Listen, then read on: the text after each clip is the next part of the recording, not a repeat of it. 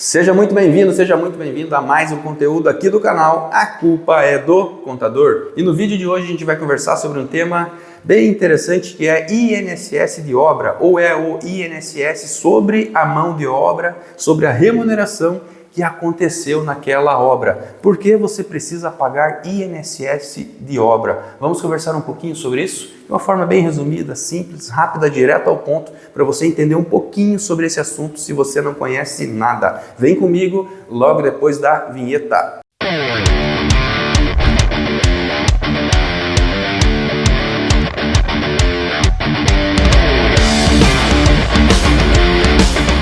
Nesse vídeo eu quero trazer aqui a ideia, o contexto, de uma forma bem sucinta, do que é e por que você precisa pagar INSS quando você constrói uma casa, quando você vai construir imóveis, e você precisa pagar INSS. Tanto se for a sua casa para você morar, tanto se for imóveis que você está construindo para você vender. Quando você constrói imóveis, você precisa olhar para o INSS. E por que isso? Quando você está construindo imóveis, existe ali mão de obra humana, né? Existem pessoas ali trabalhando. As obras, afinal, ainda não são todas feitas por robô, né? Como existe mão de obra humana, existe ali o INSS.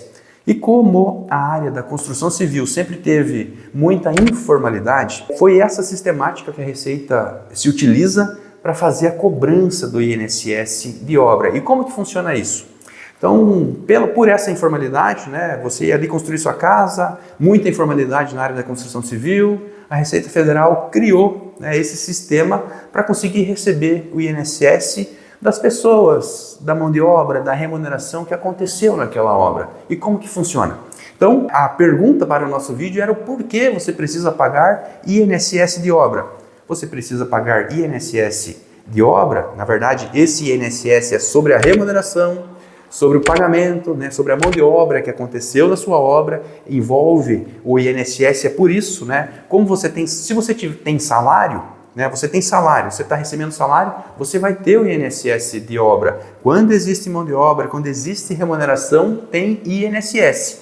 Como lá na obra tem mão de obra, tem remuneração, existe INSS. Porém, o cálculo, a forma de calcular, a forma de pagar esse INSS é de uma forma específica. Essa forma específica já foi de diversas formas com o passar dos anos. Bem no passado, a gente precisava reunir um monte de informação, projeto, documentos da obra, despesas, levava fisicamente lá na Receita Federal. Acordava às 5 horas da manhã, há muitos anos atrás, ia lá na Receita Federal bem cedinho para poder pegar uma senha e poder protocolar ali, né, para a Receita Federal fazer esse cálculo, entender se você tinha INSS ainda a pagar ou não.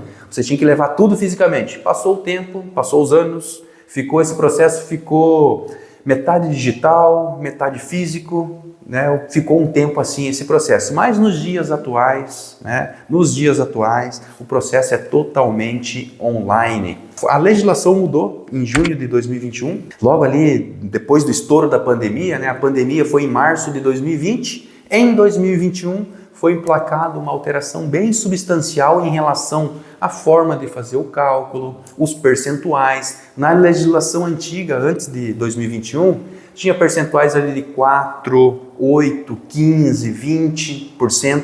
Tinha áreas que você pagava 4, 8%.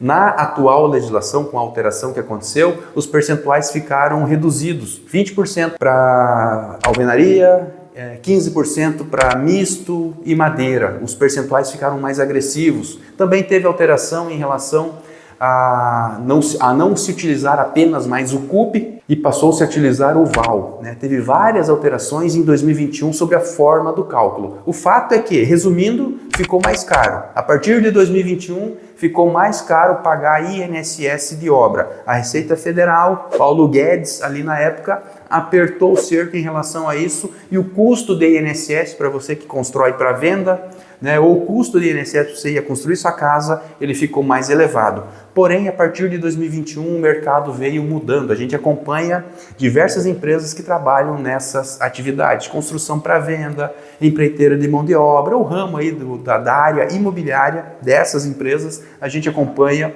há alguns anos.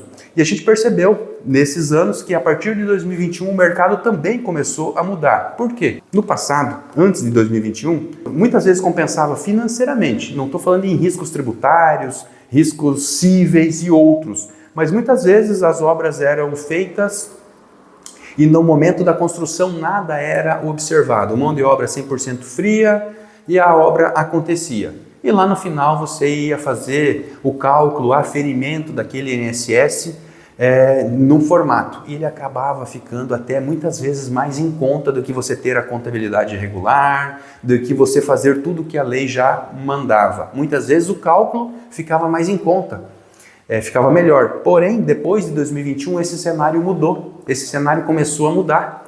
Hoje em dia, compensa você ter ali a mão de obra regular dentro da obra, a mão de obra contratada ou mão de obra própria, você já ir alocando essa mão de obra no mês a mês dentro da sua obra, para que lá no final, né, você tenha um INSS mínimo residual ou até nem tenha INSS de obra a pagar. Como a partir de 2021 o INSS ficou mais caro, essa tendência de reduzir a informalidade ficou muito forte e a gente vem acompanhando isso nesses últimos anos.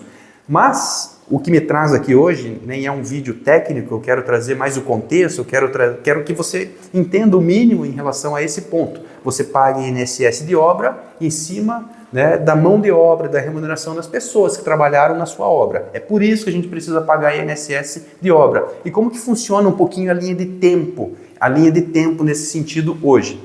Quero te dizer, você vai construir, né? Você fez ali, contratou o engenheiro, contratou o arquiteto, fez o projeto.